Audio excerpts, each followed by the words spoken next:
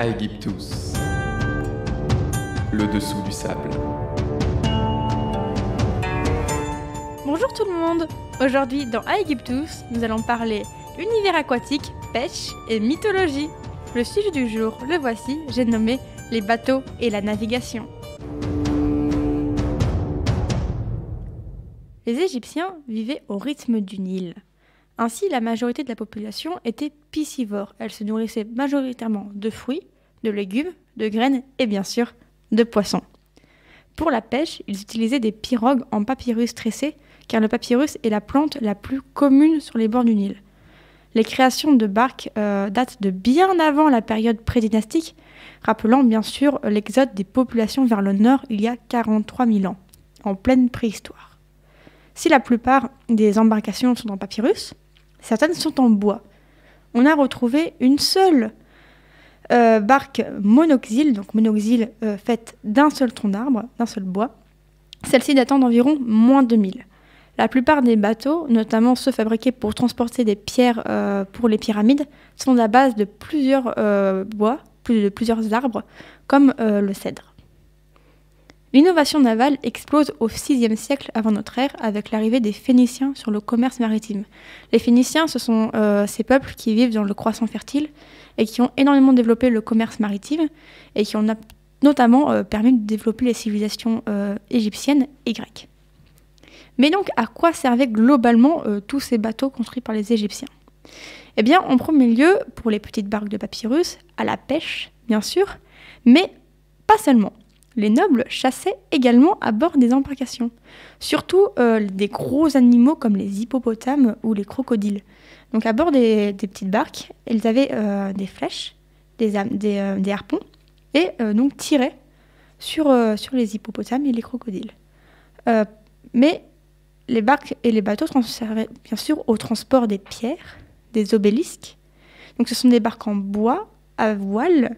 Elles étaient montées à base de chevilles, c'est-à-dire que les bois étaient encastrés puisqu'il n'y avait pas de vis, pas de clous à l'époque. Et ces barques, ces bateaux pouvaient transporter jusqu'à plusieurs tonnes de pierres.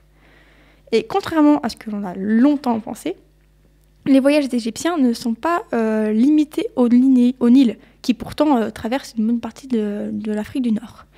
Bien au contraire, prenons quelques animaux comme les babouins par exemple. Et ben, ce sont des animaux très communs en Égypte actuelle, et qui sont même devenus presque des nuisibles au milieu du Caire, puisque ce sont des animaux qui sont tellement nombreux qu'ils se nourrissent dans les poubelles et rentrent dans les foyers.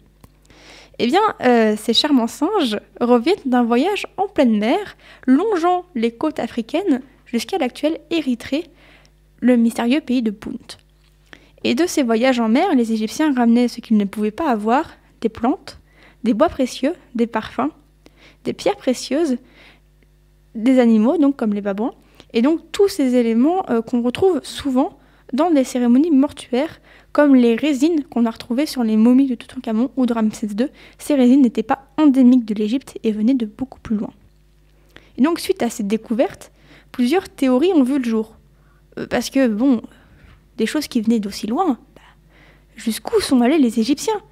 Eh bien, si la plupart des égyptologues s'accordent sur les côtes africaines, sur les côtes nord-africaines, le pourtour méditerranéen, donc la Grèce, la Phénicie, probablement peut-être jusqu'à l'Algérie, mais sans plus, eh bien, certains commencent à faire développer certaines théories, dont une énorme fake news qui persiste. Les Égyptiens seraient allés en Amérique. C'est fou. C'est tellement incroyable qu'on voudrait que ce soit vrai.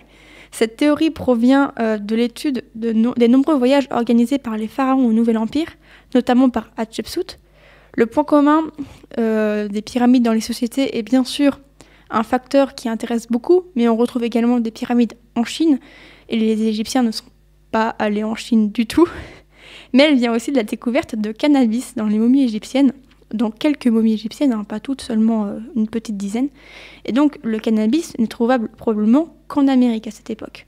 Mais les recherches sur ces momies datent du 19e siècle. Elles ne sont donc pas vraiment prises en compte, puisque nous sommes au tout début de l'égyptologie, en pleine période d'égyptomanie, une période où on achetait des momies de chats pour en faire des poudres pour rajeunir les gens. Juste pour donner une petite idée, c'était pas quelque chose qui est scientifiquement correct. Alors c'est dommage, mais non, les Égyptiens ne sont pas allés aux États-Unis, même si on aurait bien aimé, ça aurait été très intéressant à étudier. Donc quittons un peu les théories du complot pour une nouvelle question. Comment savons-nous à quoi ressemblaient ces navires ? Eh bien, tout d'abord, grâce à un petit hiéroglyphe en forme de barque. Il change un peu en fonction de l'utilité de la barque. On retrouve les barques solaires, Mendit pour les 12 heures du jour et Mesektet pour les 12 heures de la nuit, qui retracent la course de Ré, le dieu soleil. On retrouve également des barques de cérémonies religieuses, notamment grâce à l'archéologie sous-marine, parce qu'elles étaient souvent ornées d'or et donc finissaient par couler lors des tempêtes ou tout simplement étaient jetées à l'eau une fois inutiles. Ensuite, on retrouve les barques funéraires qu'on appelle Netchepmet, notamment les barques funéraires du dieu Osiris ou celles qu'on appelle Henu, c'est celle du dieu Sokar. Alors ce qui est intéressant avec les barques funéraires, c'est qu'on a retrouvé des modèles immenses enterrés aux côtés des défunts afin que ceux-ci puissent naviguer en toute tranquillité dans le monde des morts. Puisque comme on l'a dit plus tôt, autant Ré navigue dans le ciel à bord de sa barque, le jour, la nuit, mais on navigue également dans le monde des morts qui est un univers plutôt liquide.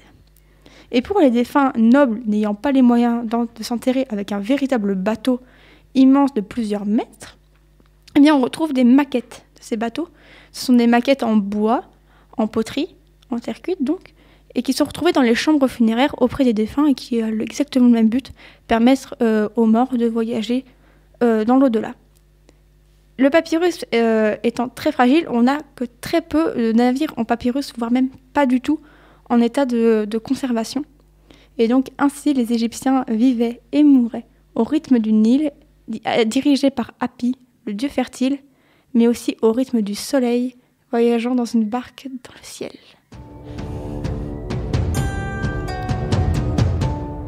Bien cachés sous le sable, se cachent parfois les petits esprits qui font les grandes légendes.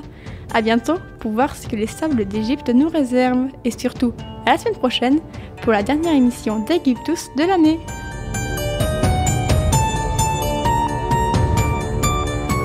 Aegyptus, le dessous du sable.